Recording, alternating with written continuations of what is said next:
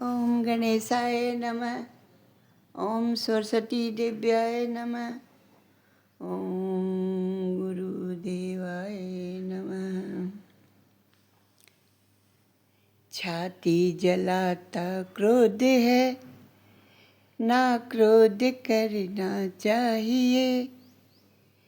क्यों मन जलाना और का, क्यों आप जलना चाहिए। क्यों मन जलाना और का, क्यों आप जलना चाहिए। है काम में सुख लेस पर, सुख लेस नाही क्रोध में। सब दोष है सब क्रोध में, गुण एक नाही क्रोध में। सब दोष ही है क्रोध में, गुण एक नाही क्रोध में।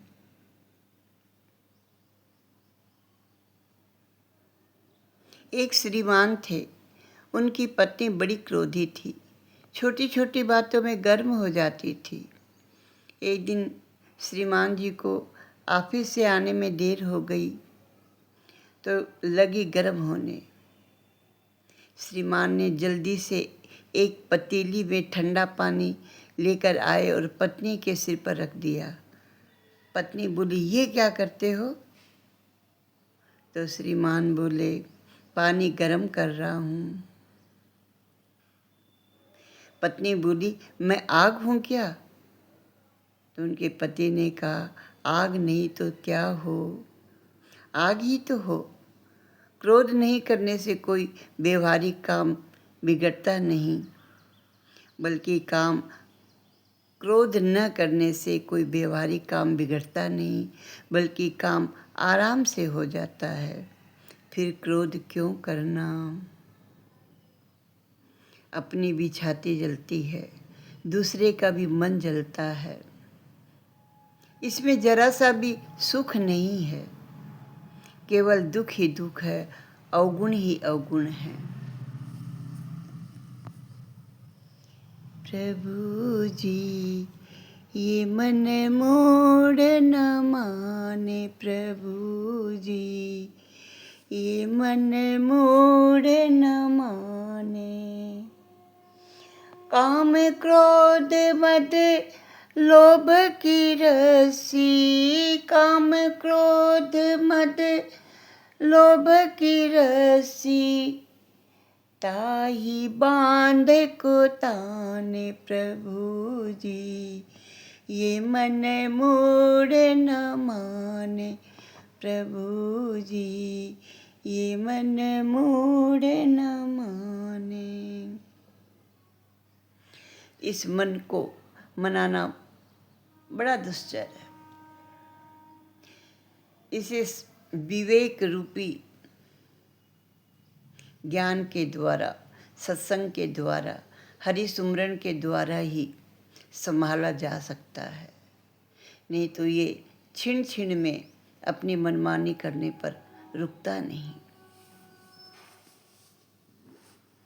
राजा परीक्षित के पूछने पर सुखदेव जी ने समुद्र मंथन की कथा को बताना प्रारंभ किया।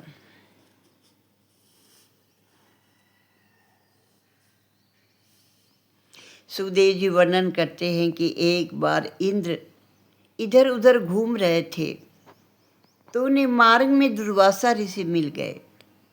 दुर्वासा ने इंद्र को पुष्पमाला अर्पित की। साधु ऋषि जब कोई भी वस्तु देते हैं तो उसे सद्भावना पूर्वक स्वीकार करके, अंगीकार करके उसे मस्तक पर धारण करना चाहिए। लेकिन इंद्र जो थे ना, संपत्ति के मद में उनका विवेक जो था नष्ट हो गया था। उन्होंने माला हाथी की सूंड पर फेंक दी। हाथी ने उसे पांव से कुचल डाला। दुर्वासा ऋषि को क्रोध आ गया। उन्होंने अपनी दी हुई वस्तु का, पुष्प यानी लक्ष्मी का अपमान कर रहा है, ऐसा उन्होंने विचार किया। तब उन्होंने इंद्र को श्राप दिया, तू दरिद्र हो जा। संपत्ति के मद में तेरा विवेक भ्रष्ट हो गया है, तू दरिद्र हो जा। इंद्र जो थे दरिद्र हो गए। स्वर्ग का राज जो था दैत्यों ने युद्ध करके इंद्र से छीन लिया। अब देवता बहुत दुखी हुए। इंद्र और सारे देवता मिल करके भगवान का आश्रय लेने के लिए उनसे प्रार्थना करने लगे।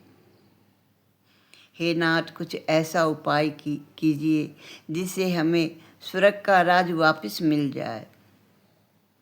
भगवान ने समुद्र मंथन करने की आज्ञा दी और कहा कि इसको प्राप्त होने वाला जो अमृत है मैं तुम्हें पिला दूंगा, तुम अमर हो जाओगे।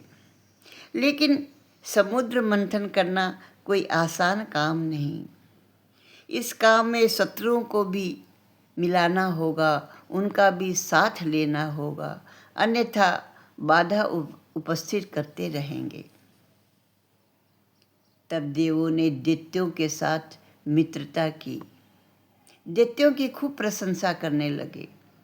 दैत्य अभिमानी होते हैं, वे अपनी प्रशंसा सुन करके मित्र बन जाते हैं।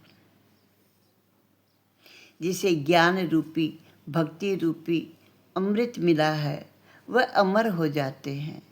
देव और दैत्य अमृत प्राप्ति के लिए समुद्र मंथन करने लगे। उन्होंने मंदराचल पर्वत को मथानी और बासुकी नाग को रस्सी बनाया। ये संसार जो है यही समुद्र है। हम सबको अपने जीवन का मंथन करना चाहिए। समुद्र मंथन जीवन का मंथन है।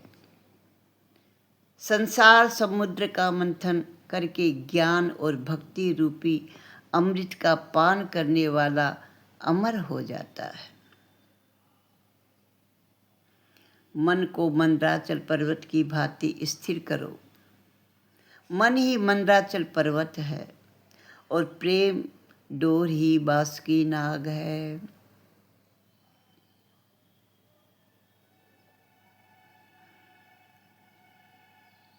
युवा अवस्था में पूर्व जन्म के संस्कार धीरे धीरे जागृत होते हैं।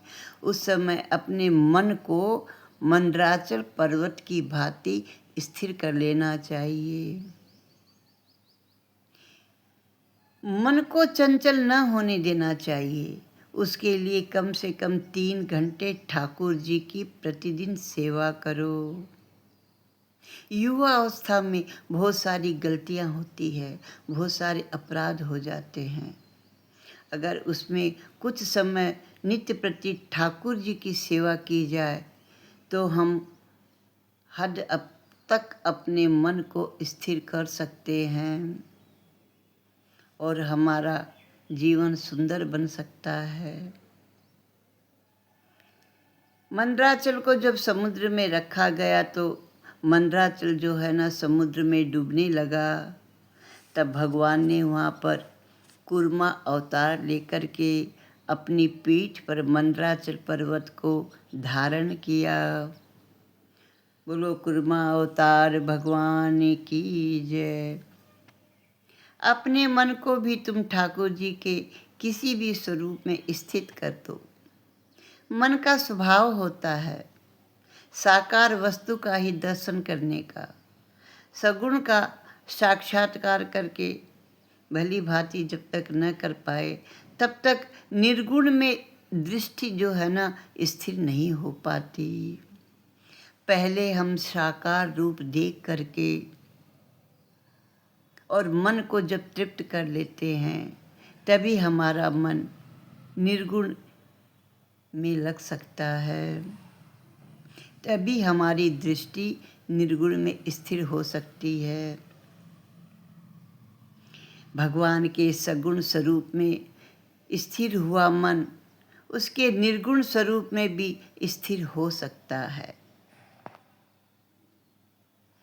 निराधार मन संसार सागर में डूब जाता है। जिस मन को कोई आधार नहीं मिलता तो वह संसार के थप्पड़ों में डूब ही जाता है। मन रूपी मंदराचल आधार के बिना स्थिर नहीं रह पाता। उसे भगवान के स्वरूप भगवान नाम के आधार की आवश्यकता होती है। जब उसे वह आधार मिल जाता है तब वह संसार समुद्र में कभी डूबता नहीं। अनेक औषधियों को समुद्र में विसर्जित करके समुद्र का मंथन किया गया। औषधि का अर्थ है दवा, दूसरा अर्थ है अन्न जल। अन्न जल औषधि है। ये दोनों शरीर को आवश्यकता के अनुसार देना ही चाहिए। भूख और प्यास को रोग मानो, उन्हें सहने की आदत डालो।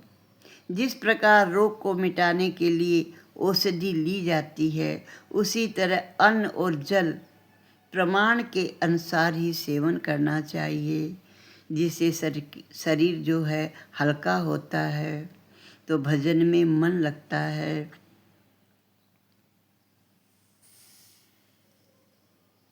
समुद्र में प्रथम विष निकला और बाद में अमृत निकला। मन को स्थिर करके प्रभु के पीछे लग जाओ तो वे पहले तो विष ही देंगे, किंतु उसे जो सह लेते हैं उन्हें अमृत भी प्राप्त होता है। महापुरुषों ने विविध कष्ट रूपी विष का पान किया, दुखों को सहन किया, तब उन्हें ज्ञान अमृत मिला। जीवन मंथन के आरंभ में विष ही मिलेगा। मंथन यौवन से ही शुरू हो जाता है। पहले विष मिलेंगे और विषय जो है ना वो विष के जैसे ही हैं। ये संसार के जो विषय हैं वह विष के समान है। निंदा और कर्कश वाणी ये यौवन में ज़्यादा प्रकाशित होती है। ये विष ही तो है। निंदा और नरक एक समान है। निंदा रूपी विष सह लोगे तो अमृत मिलेगा। प्रतिकूल परिस्थितियाँ जो हमारे जीवन में आती है वो भी तो विष ही है। दुख जो है वो विष है। विष की दुर्गंध देवों से सही नहीं गई तो प्रभु ने विष पान करने के लिए भगवान शंकर को बुला लिया, जिनके सिर पर ज्ञान की गंगा होती है। वो ही तो विष को पचा सकते हैं। इस संसार का विष सभी को जला देता है, किंतु ज्ञानधारी गंगाधारी को ये विष जला नहीं सकता। शंकर भगवान की भांति ज्ञान गंगा को सिर पर धारण करोगे तो विष जो है सहन हो जाएगा। शिव जी की पूजा से विष सहने की शक्ति प्राप्त होती है। क्रम से कथा आगे।